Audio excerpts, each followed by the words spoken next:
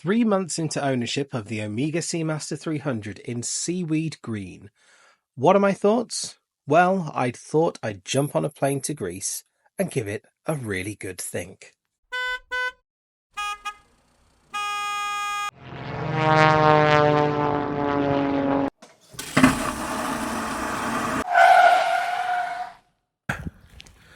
It's good weather here.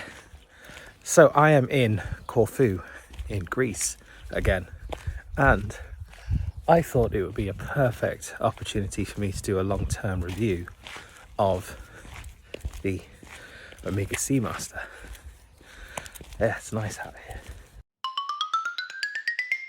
Yes, I have owned the Omega Seamaster 210304220100001, aka the Seaweed Green, for coming up to 3 months now. And well, here are my honest thoughts. Yes, I have actually travelled to Greece, and no, it is not just to do a review. This is where we go on our family holidays every single year. Now, let's make sure we are starting on the level playing field today. I'm going to fire off the specs real quick for all you fact boys and girls. We have a 42mm in diameter case. I measure it at around 13.8mm thick with a lug to lug of around 49mm. This watch has all the features that you would expect from an overtly modern diver, such as ceramic bezel insert, 300 meters of water resistance, sapphire crystal front and back, and anti-reflective coating on the front.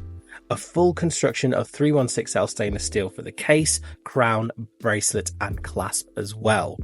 Speaking of clasps, it has one of the best clasps in the business, with a fantastic on-the-fly adjustment and a cool looking diver's extension.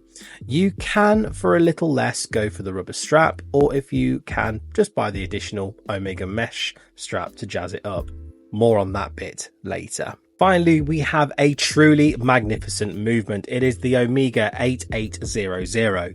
It is 26mm in diameter, has 35 joules and a 55-hour power reserve and a frequency of 25,200 beats. It has a free sprung balance and silicon balance spring, automatic winding in both directions, is rhodium plated finished, and has sexy Geneva waves. Oh, and did I mention it is a master chronometer and METAS certified. I'm not sure if you've heard this, but it is resistant to magnetic fields of up to 15,000 Gauss. Now, that is some kind of overkill, and I absolutely love it. So come sit with me as we talk about this watch. Since owning it, I have found this to be a tale of two watches. Firstly, it wears incredibly well on my wrist, and you can tell this is nothing other than a cool looking modern watch. But so far as it being a tale of two watches, well, it depends on the light.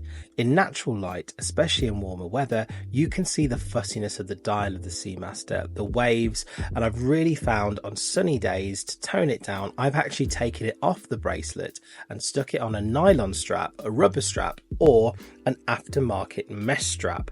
Oh, and by the way, I mentioned earlier, if you want to pay £600 for the Omega mesh strap, fill your boot. It is a fantastic strap.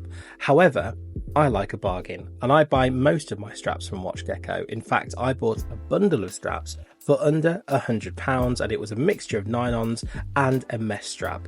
And to me, that was just as good, if not better.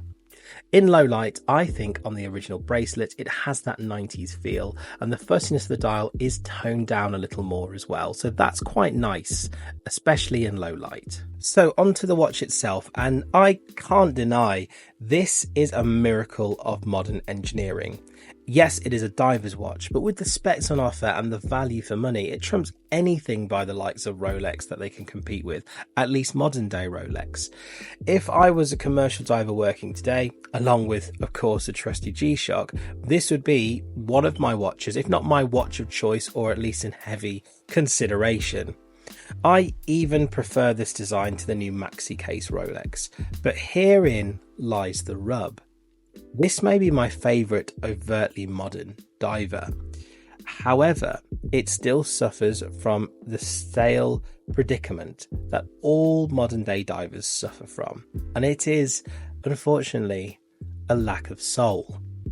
Take a look at the Rolex Submariner 14060, no date, or the dated 16610. Both are from the 80s going into the 90s, or the 1995 Omega Seamaster from GoldenEye. When you see them on sale now, they have been battered to within an inch of their lives, or they have gracefully aged. Things like patina, fading on the dial and bezel, all of that is now apparent. And the other features have come through, and I think that's pretty cool. And in a way, it makes me sad to think that this watch in my hands and on my wrist today won't necessarily age in the same way. It feels like, stay with me here, it feels like a taxidermied watch. This and newer references from the likes of Rolex, Tag Heuer, Breitling and others will not age in the same way as the other ones did before, because the materials are just different. Maybe, in fact most certainly, better materials, but has it lost that magic as a result? I don't know, maybe that's too philosophical, and maybe I'm making a mountain out of a molehill. Maybe I'm just becoming more vintage focused, who knows? Don't let my slightly melancholy musings put you off. If you are into this design, and if this watch, like it was for me, a grail watch of yours, then just go for it. Honestly, you won't or shouldn't be disappointed. After all, this watch is a technical marvel, an engineering feat of pure awesomeness, and if you are looking for something that will last you long term and do it all, well, the Seamaster should be an obvious choice. After all, if modern Bond likes it, then I'm sure you would too. Although, I can't imagine Bond would around on waiting lists for a chance at a Rolex again. Take care, everyone, and I'll see you again very soon.